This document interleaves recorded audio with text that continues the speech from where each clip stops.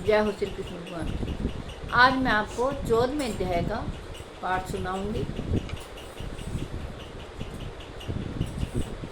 संस्कृत के गूढ़ श्लोकों का अर्थ हमें कई बार समझ में नहीं आता है, इसलिए मैंने आपको हिंदी में एक एक श्लोक का अर्थ सुनाया है।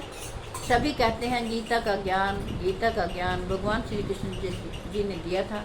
हमें समझ आना चाहिए कि हमें भगवान श्री कृष्ण जी ने अर्जुन को क्या गीता का ज्ञान दिया था।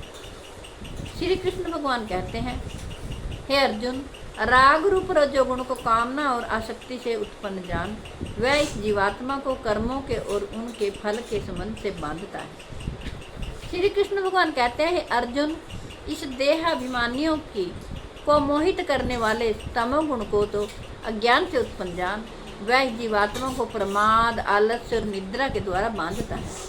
हे अर्जुन, सत्वगुण सुख में लगाता है और रजोगुण कर्म में तथा तमोगुण तो ज्ञान को ढककर प्रमाद में भी लगाता है।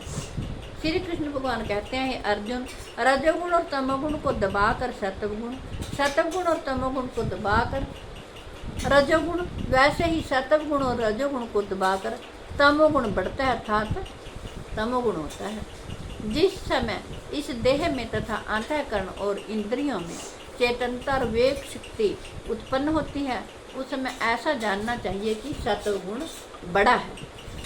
हे अर्जुन, रजोगुण के बढ़ने पर लोभ प्रवृत्ति, स्वार्थ बुद्धि से कर्मों का सकाम भाव से आरंभ, अशांति और विषय भोगों की लालसा, ये सब उत्पन्न होते हैं।